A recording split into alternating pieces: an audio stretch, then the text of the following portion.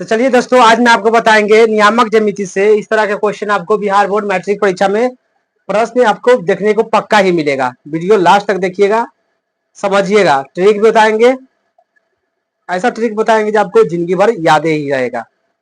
देखिए, क्वेश्चन कहेगा सिद्ध करे बिंदु -5,2 और 10,-3 से बिंदु 5,7 की दूरी बराबर है। यानी ये दो बिंदु दे दिया है, इसको कहता है इतना दूरी बराबर है कि नहीं है, यही आपको निकालना है। तो अब निकालने के लिए क्या कीजिएगा, चित्र बनाना पड़ेगा, है कि ना। तो दूरी बनाने के लिए क्या कीजिएगा, ऐसा कीजिएगा, है कि ना। इसको ए मान लीजिए, इसको बी मान लीजिए। ए और बी के लिए दूरी दे दिया है कितना, -5,2 और 10,-3। अब कह रहा है बीच की दूरी है, इसको पी मान लेते हैं कि इसको कुछ नहीं दिए थे, पी मान लेते हैं। ये कितना है, 5,7।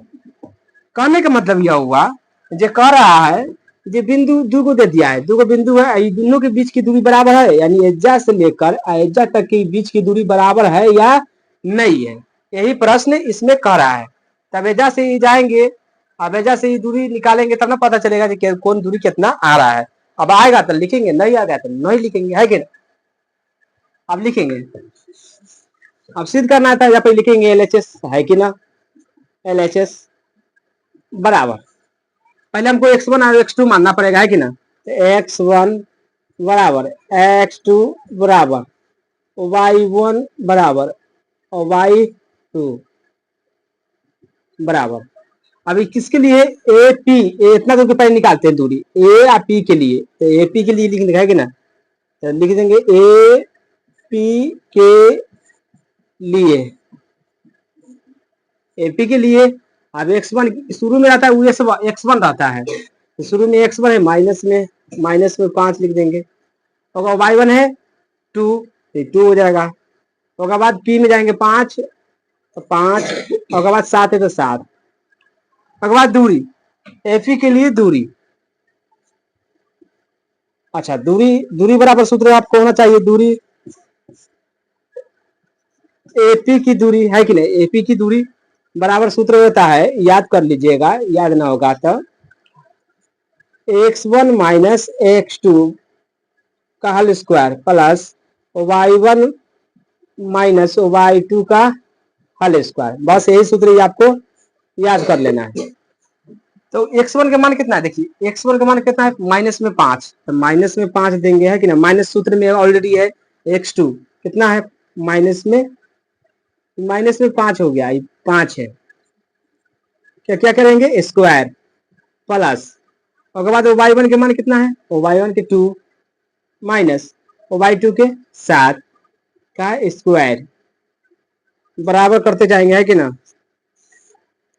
और बाद माइनस है, माइनस क्या होता है, प्लस, तो 5 है 5 10 के स्क्वायर हो जाएगा, प्लस घट जाएगा, तो 2 में से 7 घट जाएगा, तो कितना, -5 के स्क्वायर हो जाएगा।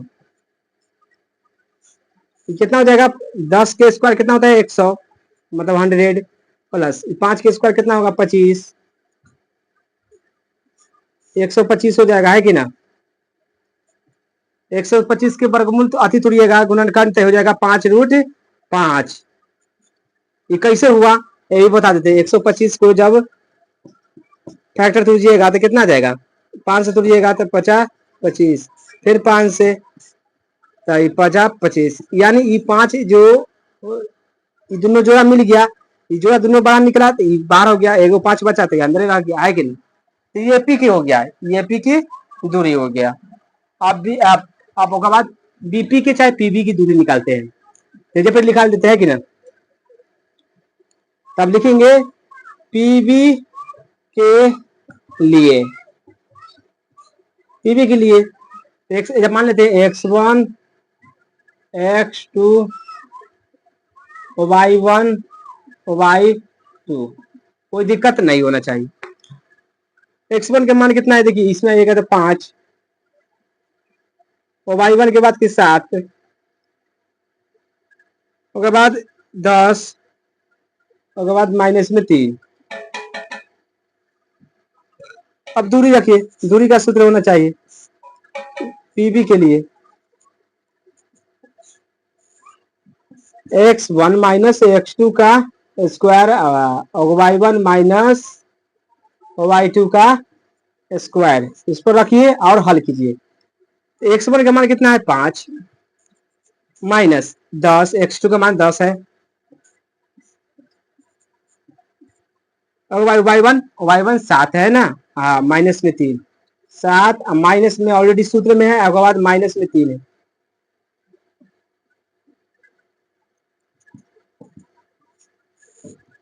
अब देखिए एक घर जाएगा तो माइनस में 5 बचेगा, है कि ना, माइनस में 5 के स्क्वायर प्लस, उसके बाद माइनस माइनस प्लस तो 10 के स्क्वायर हो जाएगा, है कि ना। अब मैं 25 के स्क्वायर कितना 5 के स्क्वायर कितना हो जाएगा 25 प्लस 10 के स्क्वायर 100, ये दोनों को ऐड कीजिएगा तो 125, अभी निकालेंगे 125, 125 के कितना हो जाएगा 5√5। अब हमको लिखना पड़ेगा अतः, ताकि दोनों बराबर आ गया, है कि ना, दोनों बराबर आ गया। तो जब पे लिखेंगे बीच में आपको ये बना के नीचा से लिखना है आपको, अतः अतः